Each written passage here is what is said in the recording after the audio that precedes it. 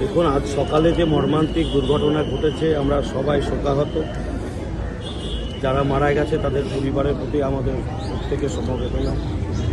যারা ইনজিওর্ড রয়েছে তারাও ঈশ্বরের কাছে প্রার্থনা করছি দ্রুততার সঙ্গে তারা সুস্থ হয়ে উঠুক। এখানে সমস্ত প্রশাসনের পক্ষ থেকে, ডক্টরসদের পক্ষ থেকে সমস্ত রকমের ব্যবস্থা নেওয়া হয়েছে। যুদ্ধকালীন তৎপরতায় সমস্ত পরিষেবা দেওয়া হচ্ছে। যারা চলে গেছে তাদের তো আর ফিরিয়ে আনা যাবে না। সরকারের পক্ষ থেকে অবশ্যই ঘোষণা করা হয়েছে, আপনারা জানেন, রেল মন্ত্রকের পক্ষ থেকে 10 লক্ষ টাকা এবং আমাদের মাননীয় মুখ্যমন্ত্রী শুভেন্দু অধিকারী মহাশয় তিনিও রাজ্য সরকারের পক্ষ থেকে 5 লক্ষ টাকা ক্ষতিপূরণ ঘোষণা করেছেন।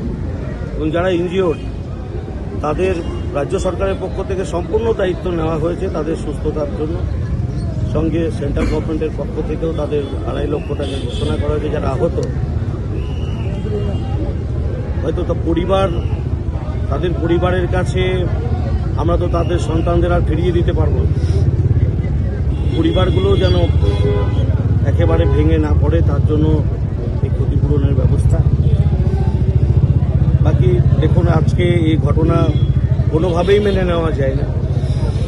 একজনের ভুলের জন্য আজকে অনেকগুলো বাচ্চার প্রাণ গেল, অনেক মা তাদের সন্তানদের হারিয়েছেন।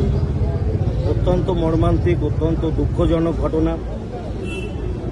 আমাদের কেন্দ্র সরকার, রাজ্য সরকারের পক্ষ থেকে এই দুর্ঘটনা ঘটে গেছে তার পরেই যে ঘটনাগুলোর ব্যবস্থা নেওয়া উচিত নিয়েছে।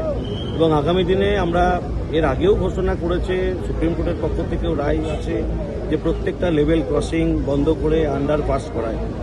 অনেকবার এই ধরনের ঘটনা ঘটেছে, তো সেই ঘটনা যেন আগামী দিনে না ঘটে তার জন্য রেলের পক্ষ থেকে আন্ডারপাস দ্রুততার সঙ্গে নির্মাণ হচ্ছে। আগামী দিনে এগুলো হয়ে গেলে দুর্ঘটনা ঘটবে। আমরা চাই না দুর্ঘটনা ঘটুক, কারো পরিবার থেকে কেউ চলে যাক, এটা কেউই চায় না। তাই আমরা চেষ্টা করব আগামী দিনে যত দ্রুততার সঙ্গে সম্ভব এই আন্ডারপাসগুলো যেন হয়ে যায়, তাহলে এই ধরনের দুর্ঘটনা এড়াতে পারব। আর আজকের এই ঘটনার যে যারা দোষী, যারা যুক্ত, আমি শুনেছি যে যিনি ছিলেন গেটম্যান তাকে অ্যারেস্ট করা হয়েছে, তো তাদের দৃষ্টান্তমূলক শাস্তি হওয়া উচিত। কেন তারা সতর্ক থাকবে না? এতগুলো বাচ্চা নিয়ে একটা গাড়ি যাচ্ছে বা সাধারণ মানুষ চলাফেরা করছে যেখানে, তাকে আরও দায়িত্ব নিয়ে এই ধরনের কাজ করা উচিত। যে একটা ট্রেন আসবে তাদের কাছে সবসময় মেসেজ থাকে যে আপ ডাউন কখন আসছে কখন যাচ্ছে, এই মেসেজ থাকা সত্ত্বেও তার অসতর্কতার জন্য এতগুলো প্রাণ গেছে। তো তার দৃষ্টান্তমূলক শাস্তি অবশ্যই হওয়া উচিত। কতজন মারা গেছে? এখনো পর্যন্ত 3 জন সরকারিভাবে ঘোষণা হয়েছে মারা গেছেন, 4 জন এখনো ট্রিটমেন্টে আছে। বাকি আরও 2 জন কর্ণসুবর্ণ থেকে আসছে, তারা সামান্য আহত হয়েছে, তারাও মেডিকেল কলেজে আসছে। যদি তাদের কোনো ট্রিটমেন্ট প্রয়োজন হয় এখানে আরও ভালোভাবে তাদের ট্রিটমেন্ট করা হবে। তো সুতরাং এই যে 9 জনের মধ্যে 3 জন মারা গেছে, বাকি 6 জন ট্রিটমেন্ট চলছে। ডক্টরসদের পক্ষ থেকে আশঙ্কা করা হচ্ছে 2 জন গুরুতর আহত।